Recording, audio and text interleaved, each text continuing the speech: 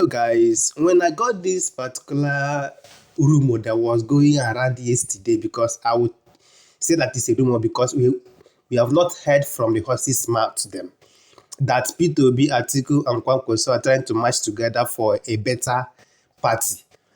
The first question that came to my mind is, has P2B, because that one, our man, has he given up on the tribunal judges or what? Because the judgment has not been pronounced. So why are they trying to make such a come together? Good morning, good afternoon, good evening, depending where you're watching the video from and the time when I see the video. I remember my humble self. If you're coming across my page for the first time, I would like you to share my videos, like, comment, and follow my page if you're not following me. This particular information, this particular thing is really a rumor, but in politics, there is no fire, there is no smoke without fire. In politics, anything you hear as a rumor, if you go deep into it, for me, if you go deep into it, there is an atom of truth waiting for that thing. But I think one of the video I saw yesterday as well from P2B, I don't know if this one is a recent video after that particular meeting or the last one or the former ones where he don't say concerning some certain things that was going on. He said that anything you are hearing is rumor. But for me, I think those videos are past videos. I think it's high time he come out to explain to us what really happened. Are they trying to come together for a rerun?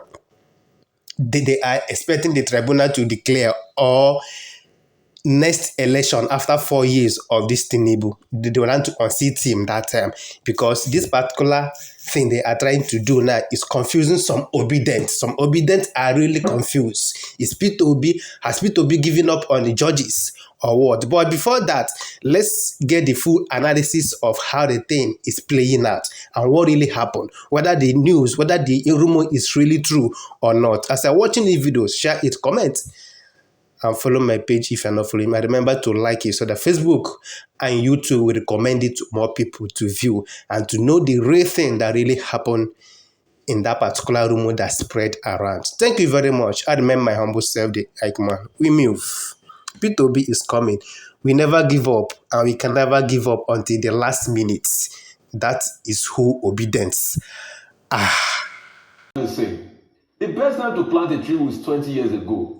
The second best time is now. 20 years ago, which was before the last election. Why didn't they come together? Ego played a major role. Alhaji Atiku Abubakar thought he could get it for himself. Peter Obi thought with the obedient movement he could nick it. Kwankwaso thought he could nick it. If you ask these three men who won the election, they will say we did. So why do you deceive yourself too much about position? But they couldn't come together. This same Kwankwaso that couldn't make a deal with Obi leading up to the last election, that talks broke down. All of a sudden, they want to coalesce efforts. So we don't know how this will pan out. We don't know who they are going to put forward as president.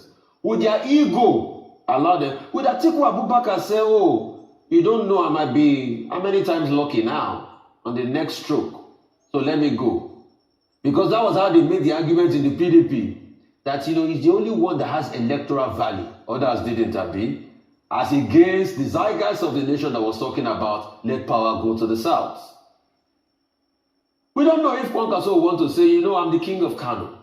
I can take Kano. And some other northern states will be able to vote for me.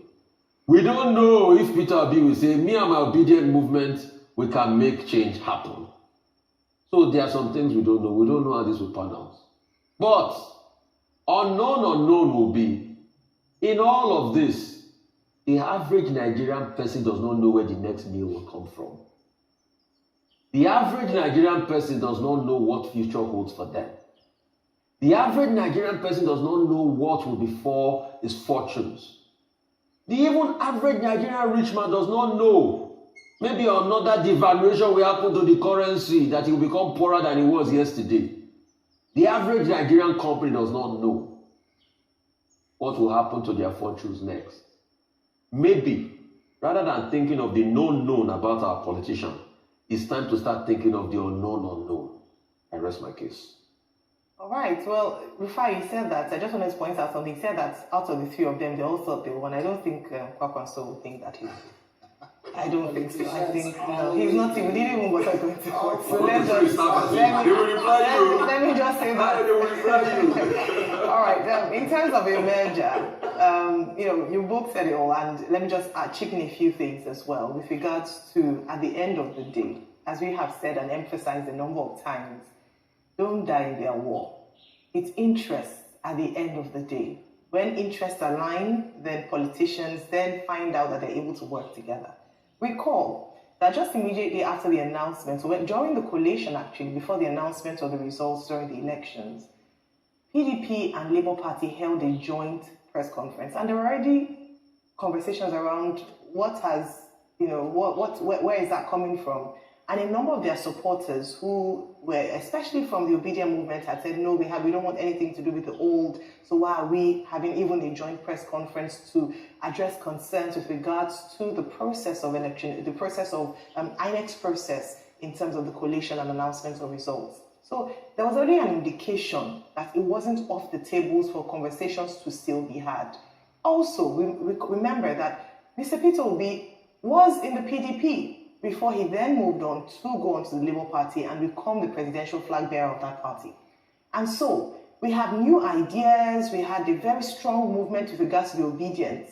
But in all of this, whether they are having mergers, conversations, coming together, who is stepping down for who, I hope we don't lose the momentum, especially with regards to the young people who want a change, so that at the end of the day, no matter what emerges from this conversation, the people still recognize that the office of the citizen is the most important and the most powerful office, or should be, let me put it that way, the most powerful office in the land.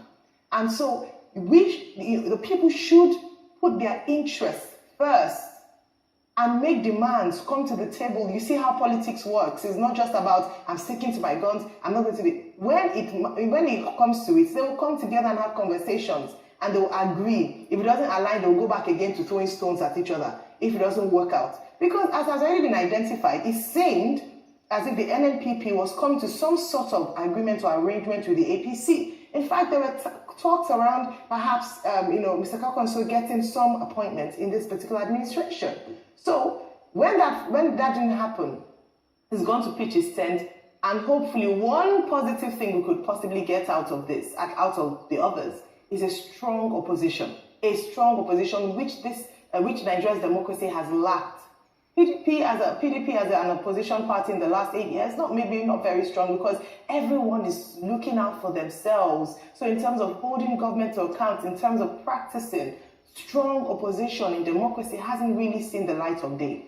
I'm hoping that there would be a formidable team that would, even if not at this time get into power. If they do, it would be determined by the courts and the people. But if they don't, they will be able to hold the administration and the government to account, and we'll begin to see things work in our favor. It is very important. The people must have their say at the table. Very critical. In the coming days, we'll see what the merger and the talks, the unknowns, will begin to know. Those whether it's going to happen or how it will emerge, who will be the frontliner, who will be the flag bearer. But at the end of the day, Project Nigeria is what we're interested in, and we must remember that all the mudslingings, all the violence, whether verbal or actual, on behalf of these stakeholders has to be with sense.